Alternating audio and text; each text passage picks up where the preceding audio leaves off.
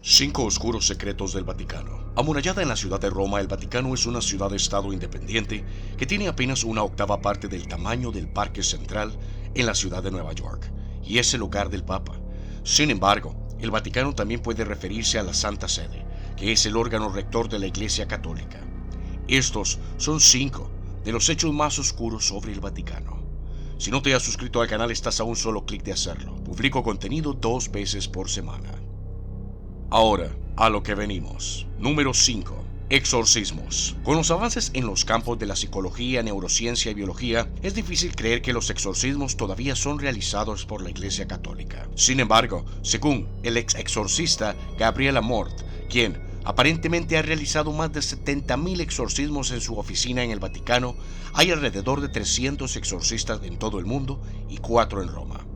Además de los sacerdotes que realizan exorcismos, al menos 2 papas modernos han realizado exorcismos en el Vaticano. El primero fue realizado por el Papa Juan Pablo II en marzo de 1982 sobre una joven llamada Francesca Fabrizi, de la región italiana de Umbría.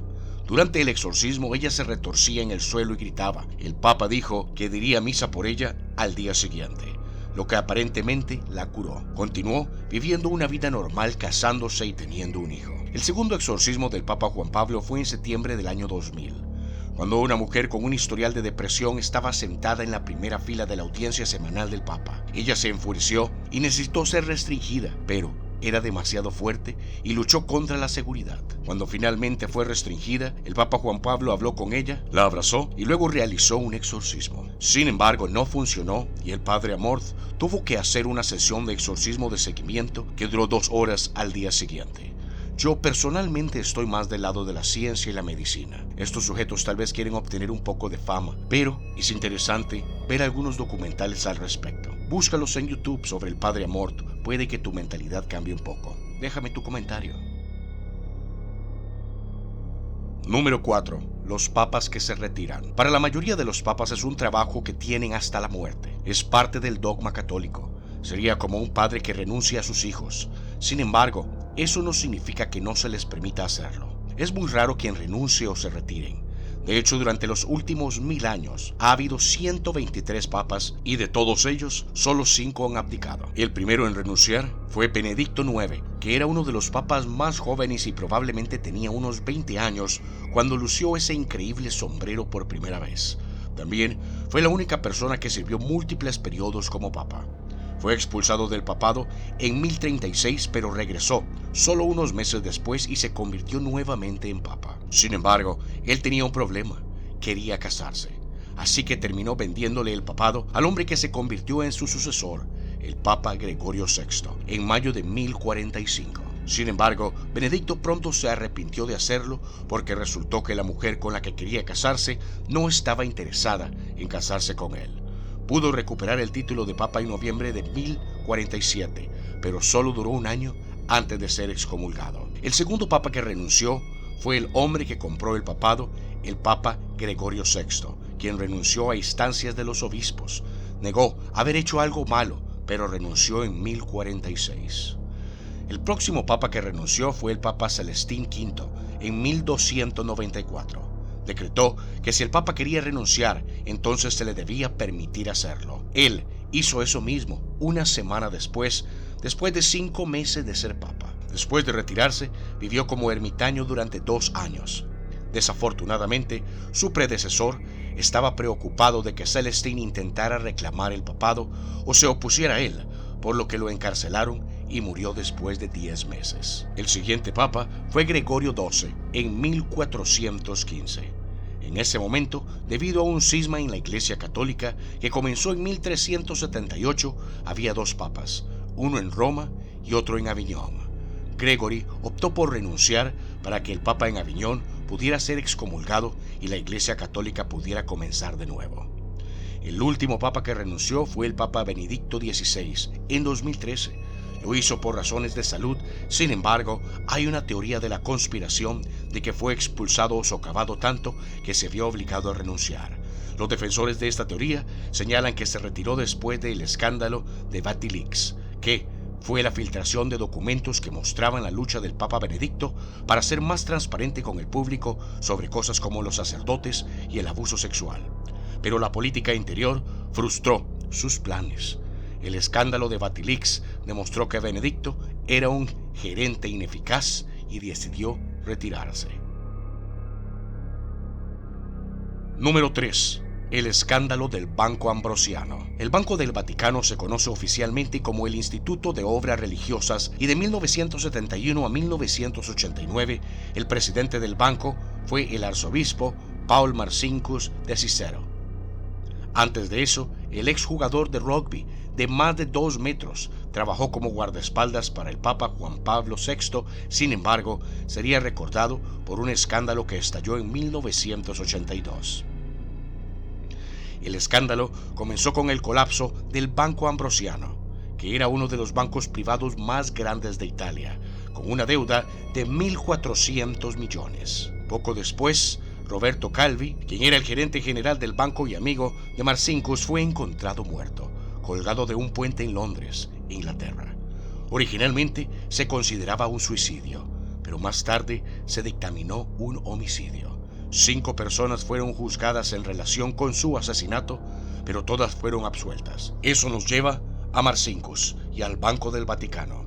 Resulta que el principal accionista del banco era el Vaticano y había canalizado $1.000 millones desde el banco a 10 compañías fantasmas. Otros rumores que rodearon el escándalo fueron que otros accionistas del banco estaban involucrados en el crimen organizado y algunos incluso eran miembros de una logia masónica secreta. Cuando los investigadores italianos intentaron entrevistar a Marcinkus sobre el escándalo, él no se mostró muy dispuesto a colaborar, se negó a abandonar el Vaticano e incluso se negó a responder preguntas, citando la inmunidad diplomática. Marcinkus terminó siendo acusado, pero nunca fue a juicio porque los cargos de su contra fueron desestimados. Continuó dirigiendo el Banco del Vaticano por 7 años más. El escándalo incluso ha llevado algunas teorías de conspiración. El más famoso se usó en el complot de la parte 3 del Padrino, y es que el Papa Juan Pablo I fue asesinado por la mafia en agosto de 1978. Juan Pablo I fue un papa por solo 33 días en 1978 antes de ser encontrado muerto sentado en la cama. La causa oficial fue un ataque al corazón, pero no se realizó una autopsia. Según la teoría de la conspiración, fue asesinado porque quería poner fin a la relación entre la iglesia y el banco privado. Número 2. La penitencia apostólica. Los sacerdotes católicos tienen poderes bastante impresionantes cuando se trata de otorgar la absolución por cometer delitos. Esto incluye perdonar a la gente por cosas como asesinatos e incluso genocidio. Eso es correcto. Si usted es católico y corta a la familia de al lado y se los come, podría ir a un sacerdote, pedir perdón y él podría perdonarlo. No solo eso, sino que el sacerdote nunca podría decírselo a la policía. Sin embargo, hay 5 pecados que son tan graves que los sacerdotes no pueden absolverlos. En cambio, dentro del Vaticano tienen un tribunal secreto llamado la Penitenciaría Apostólica que analiza los casos relacionados con estos pecados. El tribunal fue establecido por el Papa Alejandro III en 1179 y el tipo de casos que examinan han sido un secreto durante gran parte de su historia. Sin embargo, en 2009, la Iglesia Católica dio un gran paso hacia la transparencia y reveló la naturaleza de estos pecados. 2 de ellos pueden ser cometidos por cualquiera. La primera es profanar la Eucaristía, porque los papas católicos creen que es el verdadero cuerpo y la sangre de Cristo.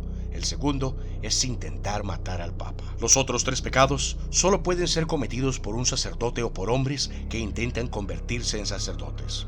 Uno es si un sacerdote revela un pecado, que escuchan en confesión. Segundo, no pueden tener relaciones sexuales con alguien y luego ofrecerle una confesión a su pareja sexual. En tercer lugar, un hombre que quiere ser sacerdote o diácono no puede involucrarse directamente con un aborto o pagar por el procedimiento. Número 1. El Banco del Vaticano y el oro nazi. Según un documento de 1946 del Departamento del Tesoro, el Vaticano pudo haber mantenido y contrabandeado oro nazi durante la Segunda Guerra Mundial a pesar de ser una entidad neutral. El documento, que fue señalado a la atención del público en 1997, dijo que el Vaticano tenía 200 millones de francos, lo que representarían alrededor de 254 millones de dólares en la actualidad para los nazis. Según un rumor citado en el documento, ese dinero fue canalizado a través de algo llamado oleoducto del Vaticano a Argentina y España, donde se entregó a los nazis que huyeron de la persecución por crímenes de guerra. El Banco del Vaticano también aparentemente canalizó dinero que fue robado a los serbios y judíos por los Ustaše, que eran un régimen títere nazi en Croacia. Al final de la guerra, los Ustaches comenzaron a saquear a las víctimas de sus campañas de limpieza étnica y luego contrabandearon 350 millones de francos suizos, que equivalen a unos 440 millones de dólares. Desde Yugoslavia a través del Vaticano. El dinero se usó para apoyar la organización asesina Ustaše mientras estaban en el exilio. En el 2000 se presentó una demanda contra el Vaticano por este tema, pero la demanda finalmente fracasó.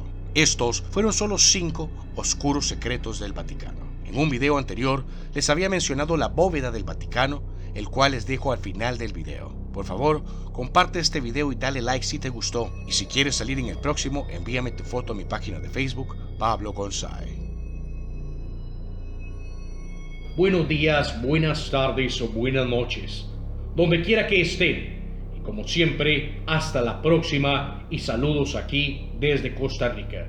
Pura vida, mis hermanos.